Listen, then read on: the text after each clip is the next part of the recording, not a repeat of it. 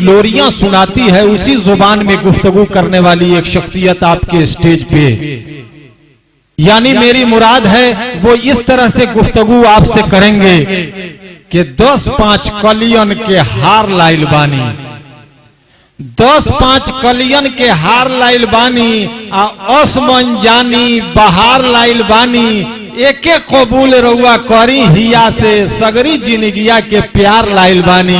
ठीक इसी जुबान में गुफ्तगू करने वाली शख्सियत, भोजपुरी जुबान में गुफ्तगू करने वाली शख्सियत जनाब मौलवी अब्दुल रहीम खान खाना सखवा टोला आदापुर से तशरीफ लाए हैं। अदब से गुजारिश करूंगा सिर्फ और सिर्फ 15 मिनट के लिए बड़ी ही अछूते अंदाज में माँ बहनों को भी वो नसीहत करते हैं और नौजवानों को भी नसीहत करते हैं प्यारी जुबान में, जिसमें बच्चा हम आप सब पहली माँ की लोरी सुने हैं। उसी जुबान में गुफ्तगू करने के लिए जनाब मौलवी अब्दुल रहीम साहब भोजपुरी आपसे रूबरू हो रहे हैं 15 मिनट के लिए। शुक्रिया, बहुत बहुत शुक्रिया। इसके बाद इंशाअल्लाह चतुर्वेदी साहब तशरीफ ला रहे हैं। माँ बहनों से दरखास्त है कि आप बैठ जाएं, बड़ी कीमती बातें आपके लिए होने जा रही हैं, आप सुने जरा इनसे। ये दरमियान में जो हमारी बहनें खड़ी हैं उनसे मेरी गुजारिश है कि आप बैठ जाएं, थोड़ी देर बैठ जाएं। सुभान अल्लाह, अल्हम्दुलिल्लाह, वला इलाहा इल्लल्लाह, अल्लाहु अकबर।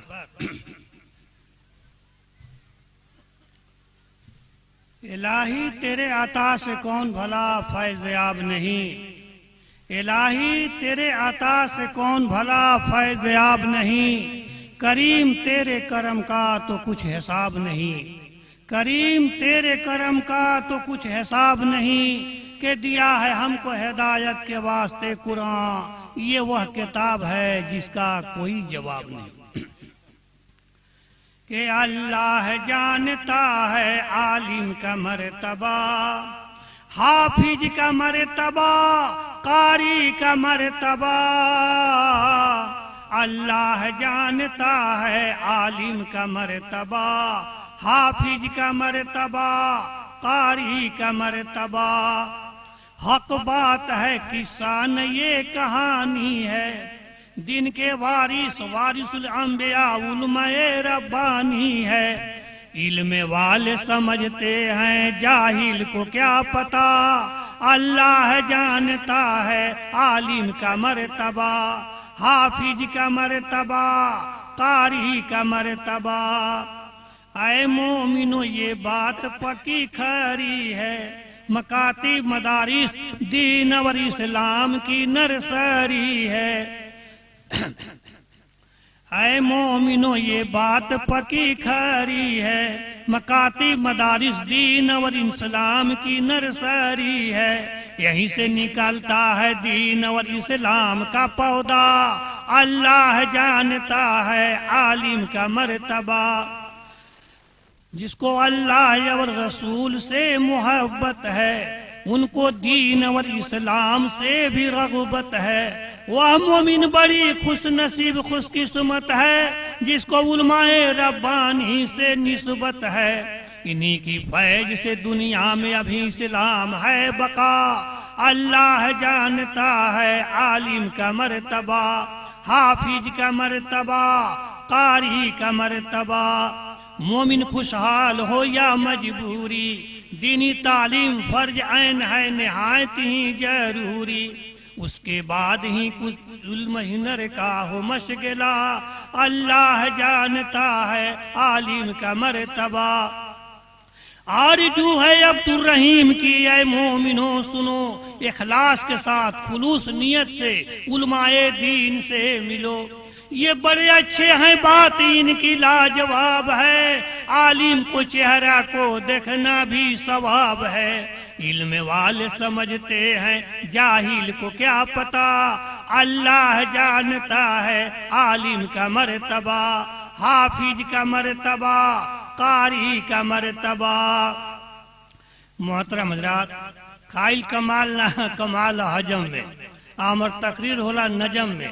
ये तो शुरुए से उलमा इकराम के जब उनकी स्टेज पर रौनक अफरोज अपने लोगन देख रहा बानी, वही उन्वान से ही थोड़ा सा बोल देनी। अब आई 15 मिनट में हुई का बात, इस्लाही मुआशरा पर एक आध गो शेर हम पढ़ देता नहीं। इस्लामी रिश्ता से माँ बहन बहू बेटी सुने, नमाज केहू पर माफ नहीं खे, चाहे वो मर्द हो चाहे औरत। हर फर्द बशर मर्द औरत आकिल और बालिग पर 5 वक्त नमाज फर्ज बा। नमाज में अल्लाह के खुशनुदी और रजा बा। नमाज नबी पाक सल्लल्लाहु अलैहि वसल्लम की आँख की ठंडक बा। नमाज में रिज्क की बरकत बा। नमाज कब्र के अंधेरे की रोशनी बा। नमाज पुलसरात पर पार करे वाली चीज बा। और नमाज बिला हिसाब किताब जन्नत में ले जाए वाली चीज। इसे नमाज सभी पढ़े, मर्द भी पढ़े, औरत भी पढ़े। और शादी ब्याह का मौका पर देखें कि अल्लाह के हुक्म का बा और नबी पाक सल्लल्लाहु अलैहि वसल्लम के पाकीज़ा नूरानी तरीका का बा। खास मकसद इस शेर के अंदर एक एक बात पर गौर करें। जेकरा घर में नमाजी मर्द चाहे औरत, जेकरा घर में हाजी, जेकरा घर में जमाती अमीर साहब, ओकरो घर में तिलक दहेज लिया है, तोबा तोबा छी छी। ओकरो घर में नाच गाना होखे, ओकरो घर में जे बार से का गीत गारी होखे, कितना बुरा बात बा। वही पर सुनी इस्लाही माशरा। अरे किसी मोमिन की घर हो शादी, मुसलमान के घर में, और तरीका हो गैर की, तो वह दोस्त तो न रखना कोई उम्मीद खैर की।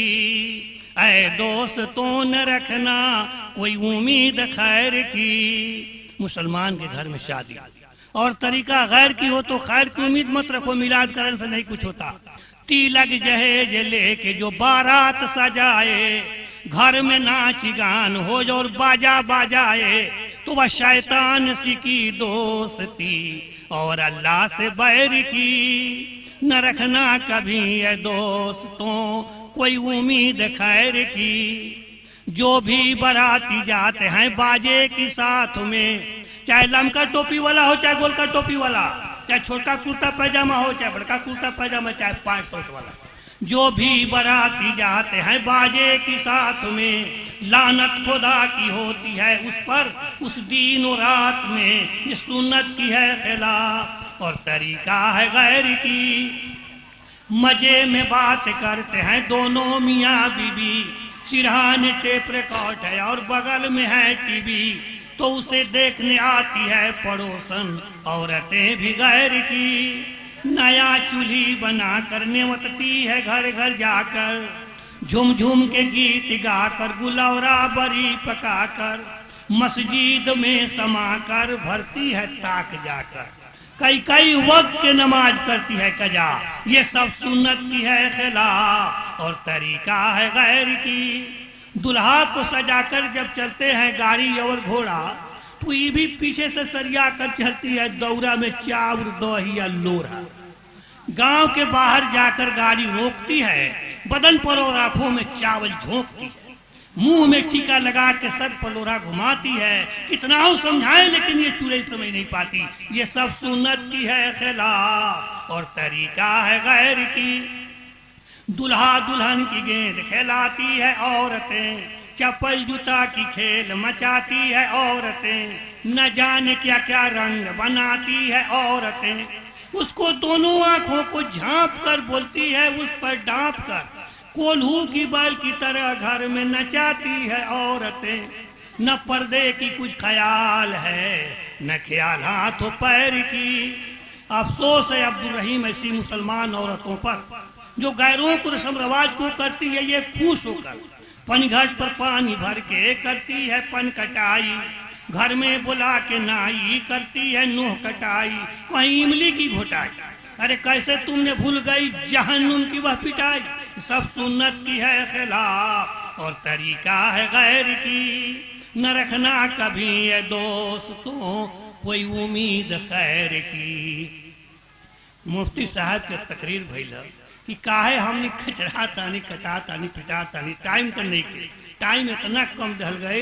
एगो दूगो शेर में तय बात सुनी।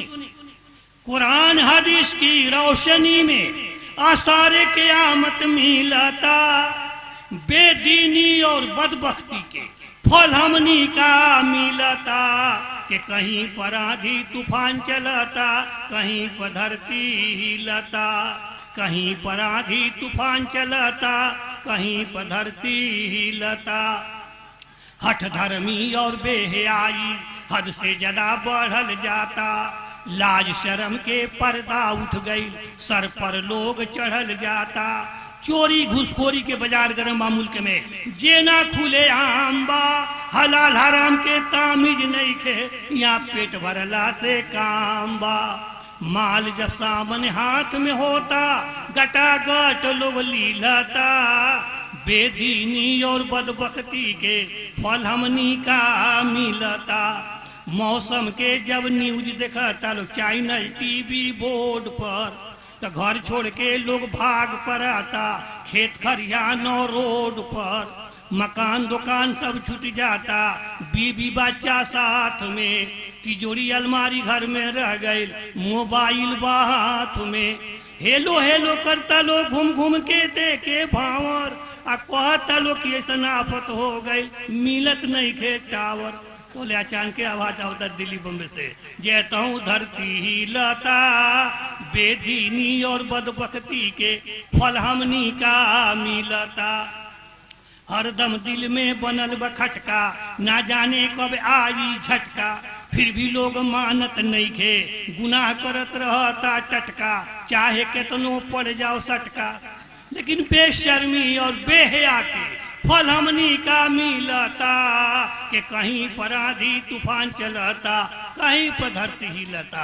आंधी तूफान बारिश पत्थर से कितना घर उजड़ जाता। झूठ गिबत बहतान चुंगली में पूरा दिन गुजर जाता। जिक्र इलाही जुबा पर नहीं खे, खाली गौप लोग ढीलता। बेदीनी और बदबख्ती के फल हमनी का मिलता।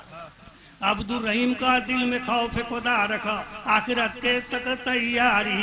दिल से इस्तगफार तू कर ला, न जाने कब खुल जाई गाड़ी। दावत के तू काम में लग जा, ये में रहमत इलाही मिलता। लेकिन बेदीनी और बदबख्ती के फल हमनी का मिलता। कि कहीं पर आंधी तूफान चलता, कहीं पर धरती हिलता। कैसे बात समझ में आई ना?